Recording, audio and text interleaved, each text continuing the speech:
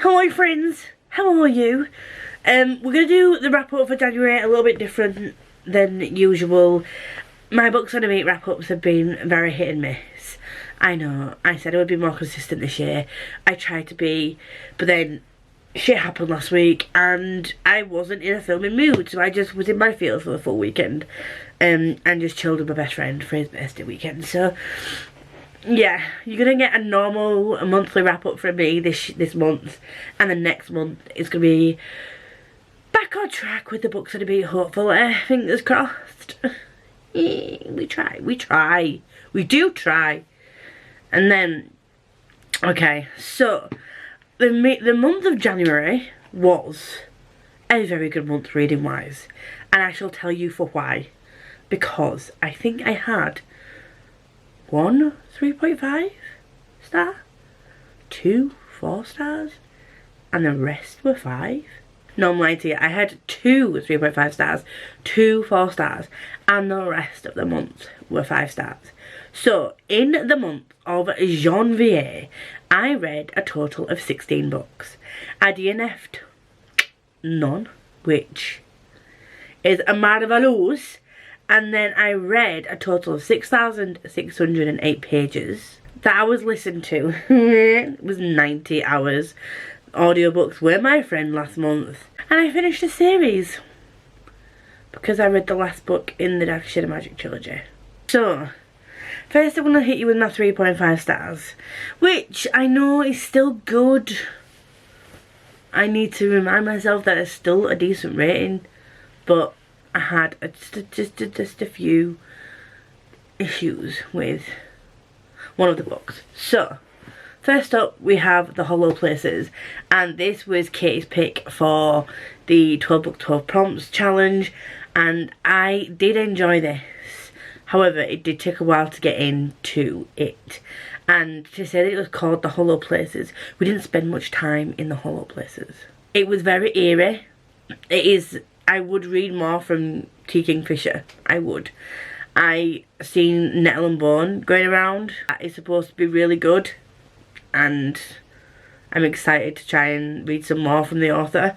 But this was just, I liked the characters and I liked the found family, like the friendship vibes. It was just, at times the pacing was a bit off, and my battery is dying. I will be back. I'm back.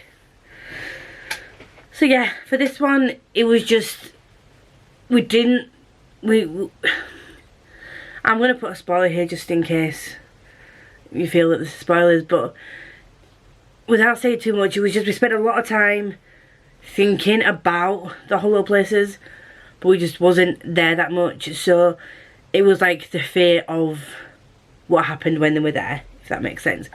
So it just didn't fully hit the mark for me, but I did enjoy it and I would read more from the author. I am very much considering reading Nettle and Bone because so many people have been saying so many good things about that book. I haven't heard many people talk about this. Maybe that one might be a higher rating, but I did like the eerie side of it. Like, it was more like a psychological, like the trauma, and like she was trauma bonded with the person that she went through it with. It does make you think how things can affect your mind, and how your mind can play tricks on you, especially in certain situations when your fear is heightened and stuff. And that bit I really did like. And I think when it comes to sort of like thrillers and stuff like that, I do like the psychological aspect of things. It's just I would have liked to spend more time in the Hollow Places where these things were that they were scared of, and feeling that fear like in the moment kind of thing. There's that.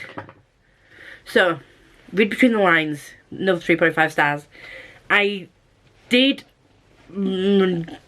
bump this up a little bit, I think, because I did enjoy the book and I enjoyed the romance between the two protagonists. My issue is, again, I'm going to put spoilers up here in case you care about being spoiled for things, but I feel like this is something that people will need to know going in, because for me personally, I couldn't get past it fully.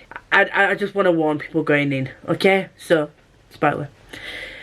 So basically, this feels a little bit like, not just inspired by You've Got Mail, but a bit of a rip-off in some ways of You've Got Mail. So, scenes from the film where Meg Ryan, and I keep forgetting his name, it's Fox, Summer Fox, where Meg Ryan and Tom Hanks meet for the first time. That scene, especially, even down to the fact that, obviously it's the female in this, like, she's basically Fox and she is the, like, Meg Ryan character, and it was the fact that she brings her niece into her bookstore. But the difference between this series and You've Got Mail is that she is a real estate, like, agent. She works for, like, a property company, and she's the owner of a bookstore that her mum used to own, and she is the one that's basically kicking her out of the property so they can, like, bulldoze it and build, like, more modern building there. And yeah, so that's, like, the difference, but she is the person that's basically ruining this woman's livelihood. See what I mean? And the scene where she brings her niece to the bookstore is, like, almost exactly the same. It was to the point where, like, the child is so cute. It just, like, it was that scene. So there's a scene where, I'm going to say Tom Hanks and Meg Ryan. Tom Hanks finds out that Meg Ryan is the person that he was speaking to online, but Meg Ryan doesn't know, and she's waiting to meet her man that she's met online. And then Tom Hanks goes into the bar or into the restaurant and starts talking to her, and she still doesn't know who he is, but he does. And they have this really awkward interaction where Meg's quite mean to him. That situation happens in a bar, but with these two, where she finds out. Oh, so these two talk online as well. She's an author, and she's, like, an avid reader of this author's work, and they've been talking online. So, yeah, that whole scene, even to a point where she gets really snarky with her, which is not like her, and she regrets it afterwards. It's that. And her dog's called Brinkley. See what I mean? I did enjoy the story once it got going, and, like, they did have chemistry, and I do understand that, like, but they've taken inspiration from a movie and a storyline and then implementing more or less exactly the same scenes into a particular storyline, and it was just a bit too inspired by, for me. The reason why it got 3.5 instead of, like, a 4, obviously the fact that it was very much a You've Got Mail, I'm going to say rip-off, but you know what I mean? There was that, but also, she very, very quickly forgives her, or, like, outwardly, seemingly forgives her for doing what she's done to her livelihood, because she finds her attractive and they have this spark.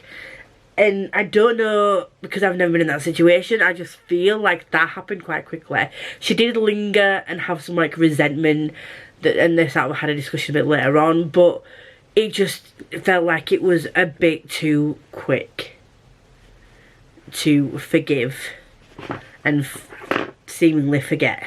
Even though she didn't actually forget, she just held on to the pain for a while. It was still a good book, and if Rachel Leary has brought out any more books, I probably will read them. But this was gifted to me by Amy, so thank you very much, Amy. I will be keeping it. I enjoyed it. Okay, the next one is Keeper of the Lost Cities. So I read this as part of my self-destruct, and I'm so glad that I pushed myself to put this onto my self-destruct. This was supposed to be read as part of the Middle Grade Monthly Book Club that Gav from How to Train Your Gavin and Jade from Jade Red Rees used to host. I totally lost track of what they were reading, when they were reading it, and I got far too far behind with some of their books, and I got this to read it in the month that they read it. And then when I saw the live show and I saw that they didn't it didn't really work for them. And at the time, like some of the middle grade that they were recommending, I had similar thoughts to. This was just like, oh, maybe I might not like it. And I just didn't bother with it. And it's just been sat on my shelf ever since. And I know Pris really likes this, and there was a couple of other people that had mentioned that they really liked it, and I was like, do you know what? I've done a brutal unhaul of so many books recently, and last year I did a self-destruct, totally forgot about it and never stuck to it, and I was like, this year I'm going to put on there books that I know that I would like to get to at some point, and I'm going to make myself read them because I'm going to pick it as part of my TBR game. So I did that, and this was a book for January, and I'm so glad that I read it. It is such a sweet middle grade book. It is quite chunky for a middle grade, but the two main characters are just so cute in their own ways. Like, I do like the magic system and stuff in this, and I can kind of see why some people might not like it. It's way longer than it needs to be for a middle grade, and in parts the pacing was a little bit off, but the main character, she's a telepath, but she's got these powers that she shouldn't really have, because in order to have that power, you're usually born with a certain way. I don't want to say too much without giving it away, what the plots have. Basically, she's got powers, and she's way stronger at the age that she should be, and she ends up in a world that she didn't know existed. She's had to keep her telepathic powers a secret, like, because people think she's weird, obviously. Humans would think that, because she can read people's minds and she'd blurt out things, and yeah. I really like Sophie as a character, and the other main character, what's his name? Fitz. I like Fitz. And she's got a best friend as well that I think has a thing for her, and I can't remember his name either. I did read this right at the beginning of January, so names are a bit fuzzy. We all know that I'm not great with names. But this was a 4-star. I really enjoyed this. I don't know how many books are in this series, and I'm tempted to get the rest of the books in the series. But I think I'm probably just going to get them on audio, because the likelihood that I'm going to sit and read these physically is very small. And the rest of the books of the month were 5 stars. So, at the beginning of the month, I read A Gathering of Shadows. Can you tell by the tabs that I liked it? I don't know where A Conjuring of Light is. I've also read A Conjuring of Light. This is part of the Dark Shadow Magic series. Me, Tori, and Jem are doing Readalongs. We have full thoughts, feelings and ponderances on the live shows that I will link down below. But Jesus, I love this more on a reread than I did the first time round. There were some things in this that I'd missed. It's just like little conversations that the characters have, little things that happen that just really make the characters that much more endearing to you. Like, you just love them so much. The sibling relationship in this is probably one of the best sibling relationships I have ever read in a book. And it's, you could say it's pretty toxic. They are very overprotective of each other, but it's just through the pure love they have for each other as brothers. And they're not blood brothers either. So Kel and Rai are just the epitome of a sibling relationship. And the other characters that are in this book as well, we've got Lila and Alucard, and there's such a vast cast of characters that we meet along the way, and there's Hastra, and Hastra. There is just so many characters that have such an impact on you, even though they're only in the book for a short period of time. And that's just Schwab's writing for you. And I could go on about this all freaking day, but we don't have all day. So I'm going to put this down and then just link the live shows on the Readalongs Discord and Twitter down below. If you want to join the Readalongs, or you want to go back and read these, I highly recommend reading these. The collected editions also look beautiful. I'm collecting the collected editions of these as well. Ooh, beautiful, beautiful, beautiful. Anyway, next up we have Illborn, and I know my friends, the pride that my friends had in me for finishing this book. Now I've said this many a time. Look at the tabs. These are all the different POVs, and I will be doing this in book 2 as well, because aesthetics. This follows 4 people. And I know, sorry. So this was a book that I started February last year. This was a purely physical read, and you can tell, I mentioned it many a time, the physical reading for me is hard at the best of times. But thank you once again to Tori and Jem for giving me the recommendations of certain sounds to listen to like to help me focus and stop me getting distracted so I could finish this book. This was sat at a 4-star for a while. And the characters, none of the characters are likeable for quite a lot of this book. I will say, I've said it once and I'll say it again, one of the POVs in this is very, very religious. Religion plays a big part in this book, so if you're not into religion in books, then it probably won't be for you. For me, the POV of Lyanna, who is the blue, can you see? She is the blue POV. And, you know, in hindsight, the blue made me sad because I didn't really like reading her POV for a lot of the book. But near the end, I did like her for different reasons. So, for very different reasons. This book was 700 and odd pages long. Did it need to be? No. Am I glad it is? Yes. You get to know so much about these characters. And it starts with Adewale took in powers into himself, and he used his powers to forcibly unite a nation, a world, and then ascended to heaven, and then his powers dispersed. Hundreds of years later, 4 children are born around the same time. I don't know if it's the exact same day because that was right at the beginning of the book, but around the same time, and they inherit like one of these 4 powers that Adewale had. And each of these 4 powers have different traits. So one's more strength, one's like you can seduce people and like make them more susceptible to like do as you will. And one of them is about sacrifice and healing, and one is about he can get to people's heads and basically make them do things that he wants them to do. And each power has 3 words that are attached to that power, and it sounds very convoluted the way I'm describing it, and I'm really sorry, Daniel, I am not doing this justice, but the way that this magic system works, it's a very hard magic system. So, this power does this power does this. There is no, oh, well, my power could do this, but maybe I might do this. It's not. It's a hard magic system, and that is the kind of magic system that I kind of like, because there is no convenient way of things just wrapping up all nice and neatly, and like, you know, things happen in this book that break your heart, that literally I sat there and I was like, oh, no, not that person, no, why would you do this to me? And some of the topics in this is like an attempted sexual assault, so trigger warning for that.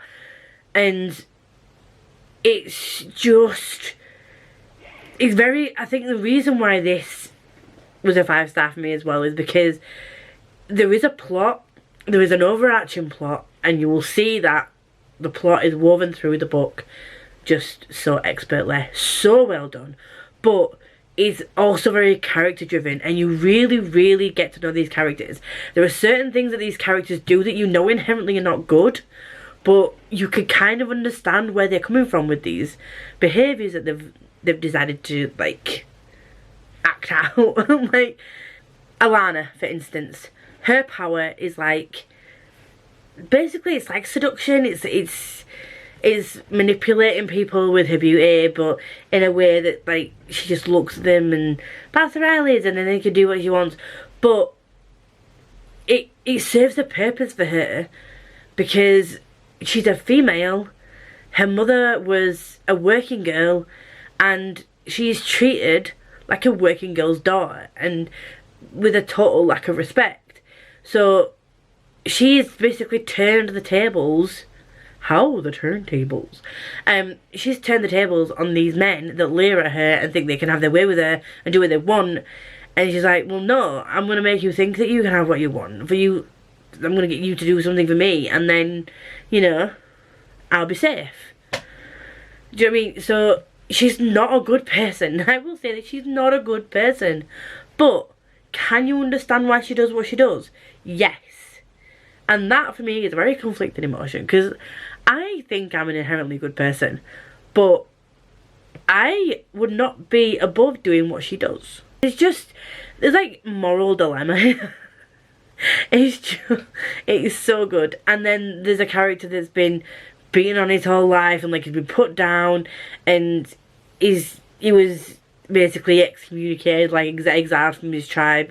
For being a weakling and for running away from a fight, like from a battle, and he gets to, he's good. Anyway, I'm not going to tell you too much, but the last 200 pages of this book was a roller coaster. Like, it was quite a slow paced book, so again, bear with it, because the ending, I am so excited to get to Readalongs I. It won't take me another 10 months to read, promise, but it is so good. If you like high fantasy, if you don't mind a slow paced book with multiple POVs, and you do like to get to know characters, and I will, like I said, I stress slow pacing, but so worth the wait at the end, so worth it. Anyway, I've just gushed about that book for ages, and I didn't realise it. But yeah, we move on. Today, tonight, tomorrow. Another Meg rec. Woo! Are we surprised? We are not. And Meg actually bought this for me for Christmas. This follows a girl called Rowan. She's in her last day of school, and for years she's had this rivalry with a guy called Niall. And this is about her basically just wrapping up her last day, coming to terms with certain feelings that may or may not be there, and sort of sorting out a friendship that needs to be sorted out as well. The way that this is written, I just fell in love with Rowan as a character straight away. And then, even though this rivalry that she had with Niall was there, like, I knew there was more to him than met the eye. Obviously it's a contemporary, so you kind of know where it's going to go anyway, but there's a game in this that the seniors play. I don't know how to describe it. It's just so well written, and I'm really excited to pick up some more Rachel and Solomon books. I love. I don't know where to start next. These are in no particular order, because the rest of these, the 5 stars are in no particular order. Don't ask me to rank them. You're not going to get me to rank them. The next one is The Martian. Me and Jem have discussed this on the podcast, so I'm going to try not to go too much into detail about this, because most of you have probably already read this as well. But oh my god, this hit me. This came out of left field for me. Like, I did not expect to laugh as much as I did about a guy stranded on Mars. When I found out that Will Wheaton was narrator, I kind of thought it might be a bit of a witty book, because he narrated Ready Player One, and that was just such a good book. Such a good book. And Will Wheaton's narration just made it like an epic level book. But Andy Weir's writing, and I've heard Project Hail Mary is similar, so it must just be his writing style. And the amount of effort Andy Weir must have gone into to research things about NASA and space and Mars and all this stuff. Like, I am in awe of this author. The book is great. I laughed, I cried, I had a roller coaster of emotions. It was absolutely crazy, and I loved every second of it, and I would highly recommend it. I wish I had this in hardback now, but I don't. And I do have Matt Damon on this one. I didn't really want Matt Damon on my cover of a book, but honestly, if you want full thoughts, feelings and ponderances, listen to the podcast. It's a very long podcast, but it's like the first hour is me and Jem discussing this. So, next up we have Cruel Gods by True Disguise. Initially I gave this a 4, but when I put this down, I couldn't stop thinking about it. And my ratings this year are very much different to last year. I'm not using Corpile anymore. I'm purely going on vibes and how I feel about a book once I finished it. And writing and plot and things will come into it in some ways, because it's bound to, but I'm not gonna have a strict number system for like the different core pile sections like it was last year, because I mentioned this before and I will mention it again. I kept changing the numbers to fit how I felt about a book, and then it was just a waste of my time filling in all the book information at that point. So this follows a girl. This follows a girl called Kale and a guy called Quentin. Kale is, they live in a world where the gods are cruel. Who'd have thunk it? Who'd have thunk it? So there's different domains ruled by different gods, and each domain has its own race, and they live in Chime, which is basically like the London. It's like a multicultural mixing pot of different races. But as much as they claim it's all about equality, everybody knows that there is still a hierarchy. And even though it's supposed to be like, you know, you're not in Chime, you know, you're not ruled by your, although you do have to still stick to your rule about your gods. In Chime it's all about equality, and there are still certain races that are higher up in the food chain, should we say, than others. And I don't know if this was purposefully meant to mirror certain aspects of real life, but there were certain things when things were said, especially about how people claim to be like an equal rights and everyone's the same, when the real people of Chime know that it's not. Like certain things like that, and it really rang true for like today's side. I don't know if the author meant it to do that for me, or for the readers. It just made it much more exciting for me. That I was just like, oh my god, yes. Is that a digger society in today's standards? I don't know, maybe, but I loved it. And Kale finds out she has an ability that she didn't realise she had. I don't want to say too much, but there's a mystery, and her and Quinn are trying to find out the reason for what happened and like who the culprit is, because Kale is kind of accused of being this evil thing that's doing some bad shit, and it's great. There's cursing in this. There is just it is adult. Also, this I won this in a giveaway and it's signed. Yay! Fantasy aspect of it and the world building aspect of it is not too high fantasy, I would say. There is a lot of different worlds and races and stuff, but it's very easy to follow. Each race has a specific aesthetic, and once you know that a Vespin looks like this and an Umbra looks like this, and do you know what I mean? A Mesmer looks like this. It's easy to follow, and can't wait for book 2. I need to get book 2, but I want it in hardcover, and it's expensive in hardcover. Next up, wow, where do I start with this book? Like, every series I read from this author just gets better and better. I like the Mortal Instruments, and in hindsight, maybe it was just probably a 4-star compared to how I feel about these books. I think, I've mentioned this before, I think I rated the Mortal Instruments 5s because I'd watched the series, and sorry Becca, I really enjoyed the series from what I watched. I didn't finish all the series, but that's not a series thing, that's a me thing. And I saw the characters from the series in the books, so that for me was why I gave it 5, because I was imagining those characters going through that, and like, yeah, I don't know, it sounds really weird me saying it like this now, but yeah, in hindsight, maybe Mortal Instruments before Infernal Devices was definitely still a 5. Will is forever my Herondale. And then this book, Emma and Julian. Holy fucking shirt balls. I'm so like I don't know where to start. I don't know how to explain this. I don't know how to describe it. My brain has gone, ugh. It's just so good. You could tell her writing is just so much better in this. So much better. And I love the urban setting, and it's just, I don't know what else to say, but Emma and Juliet and the Blackthorns, oh my god. Ty is just a bean. And the Blackthorn boys and girls, I just protect them. They're so well written. And is it the most amazing prose in life ever? No, but Cassie has a way of writing that makes you just root for certain characters. Like the betrayal in this I didn't see coming.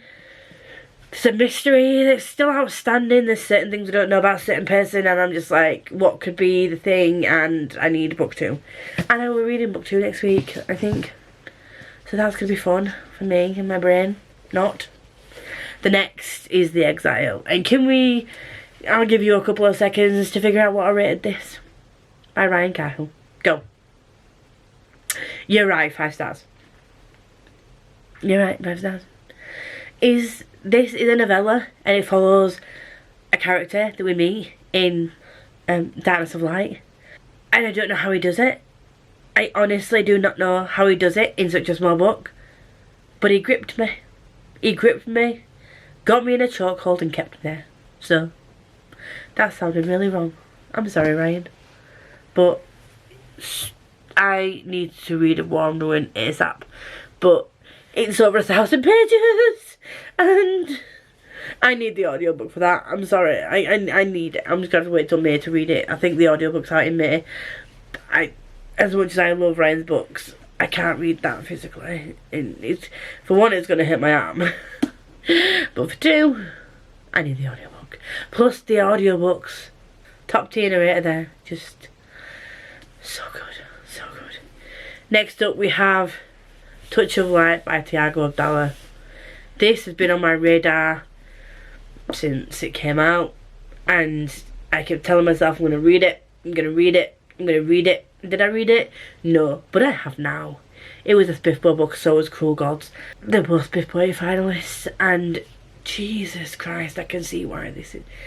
The characters in this. So we're in a world where you can't. It's deemed like really a bad thing if you grieve people when they die. I've never come across that before. And basically the tagline is, how far would you go to resurrect someone you love? How long could you run from your past, and would you change who you are to show you belong?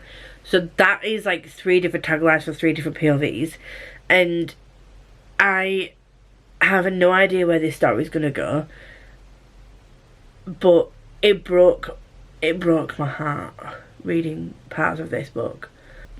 I will say this about many authors that I've read, especially in, like, and I keep saying this, but in the indie sector, there might be some parts that are like convenient endings and stuff, or convenient things happen to get them out of certain situations, because it tends to happen in quite a lot of books, but they don't pull punches and they don't shy away from making their main characters and their readers hurt. And there are some things that happen that are irreversible, or that are seemingly irreversible at the moment, and it really hits you in the feels, because you know why certain things have happened and been done. Just for something to come and like sideswipe them, that's very vague. It is very vague, and I'm so sorry. But I need is it Shades of Madness is book 2, I think, and I'm just so excited to get to it. Again, I want the audiobook, but because again the narrator is great. We just appreciate the cover as well. That's also on the naked cover. And I think this is also another indie author, JDL Rosal, or Russell, how do you say it, Rosal? The Last Ranger. I don't think she is a Last Ranger, because her friend is still with her, but this follows a girl called Layan, that's how I pronounce it, and something happens, and she is put in a position where she has to fight for her life and the life of her friends, because they are betrayed, and she is a ranger, obviously, as per in the Titan Wild, because it's the Titan Wilds. It's called Ranger of the Titan Wilds, so she is a ranger of the Titan Wilds. She has been told for her whole life that the magic she has inside her is bad, that it's a curse, and that this curse was inflicted upon her at birth by a certain type of people that are shamans that essentially were there to sort of like, were like the midwives, mid-husbands, what they call. Can you call it, is it a male midwife? Basically helped give birth, helped her mother give birth. Something happened.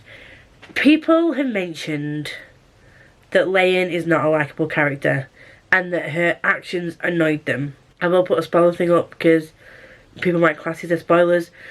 But she has thoughts about a certain race of people, a certain faction of people, and she has certain thoughts about the power that's inside her.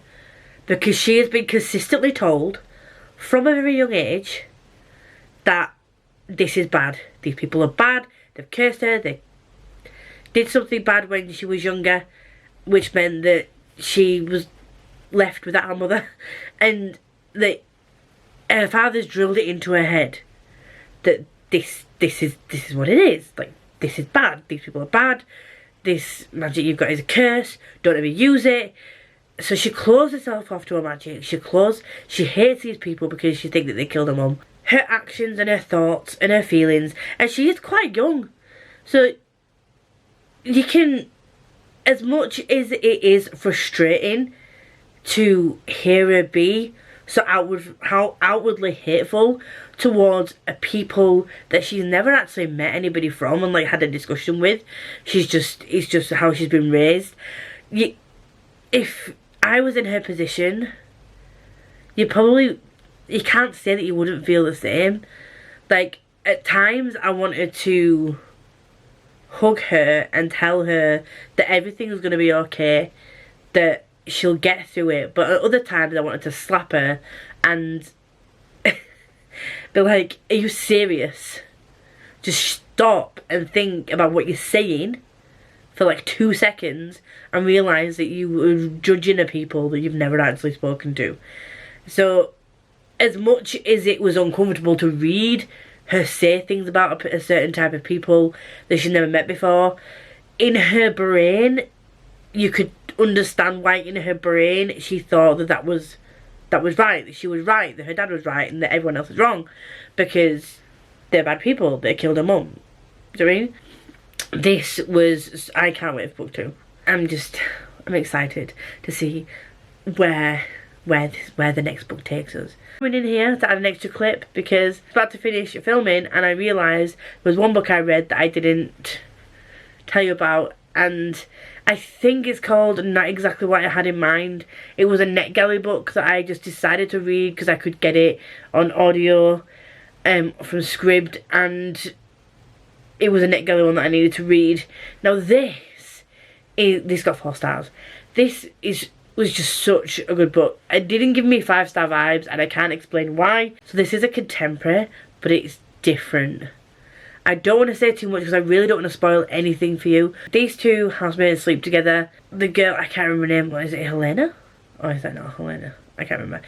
The main character, female, decides that, you know, she's just gonna, they've got to live together. They can't do anything remotely romantic because it can't go any further than just sex that one time because she can't afford to live anywhere else in London, and, you know, she's happy where she is. In the room, in the house that she's in, blah blah. In comes her sister and her sister's wife. This also does follow their story a little bit, which I really enjoyed. When they get involved in the story, I initially was wondering why they were there and why they were so integral to the story. In the synopsis it does say something about her sister and her sister's wife, and I was like, oh, so this must be a significant thing if these people affect their life so much. And I did not see coming what happened. And all I'm going to say is we all generally know how a contemporary storyline goes. It may or may not follow a typical contemporary storyline, is all I'm saying. That's all I'm saying. Final book of the month. This was a reread for me. Where do we start? Mia Cover. Trick. Don Trick. He is, oh, once again, funny, but also heartbreaking. I cried. I laughed. I wanted to pull my hair out. I was scared. I was shooketh to my core at some of the things that happen here. Even though it's like Mia goes to an assassin school, that is the whole premise of this. Like, something happens and then she goes to assassin school to get revenge, and it's about her revenge. But it's kind of like some of the things that happen. I'm just like, my God, really? Did that just happen? Yes, it did. Yes, it did. And I cried so much. I am looking forward to reading God's Grave in Dark Dawn, but also not, because I know that they're going to break me even more than this one did. And I'm not ready for that, Mr. Kindly. At the moment, I really like Mr. Kindly, but oh, it's really stressing me out. I don't know if Mr. Kindly is a good shadow cat. That's all I'm going to say. But, you know, Eclipse. We met Eclipse at the end, or near the end of the book, or close to the end of the book. They just... Oh, I don't know what to say. This book, it's dark. It's dark. There's foul language. There's a little bit of spice. Catherine was saying she didn't see the spice coming. To be honest, when I first read it, I didn't see the spice coming, and I didn't even think to warn her, but I'm kind of glad I didn't, because I liked her reaction when it happened. It was fun. So myself, Catherine, Chloe are hosting Christopher Long, and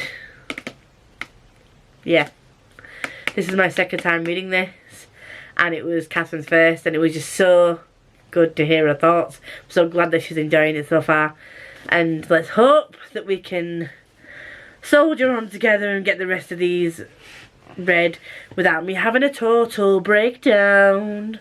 Anyway, that was my reading for the whole of Janvier. That's it from me. If you do like me, you want to see more from me, please like, comment, subscribe, do all that good stuff. And if you want to let me know you're here but you don't have much to say, then please just leave a black heart in the comments, and it will show me that you are here. And as always, recommendation form down below to recommend any books you think I should read. And I will see you all in the next video, whenever that may be. Bye!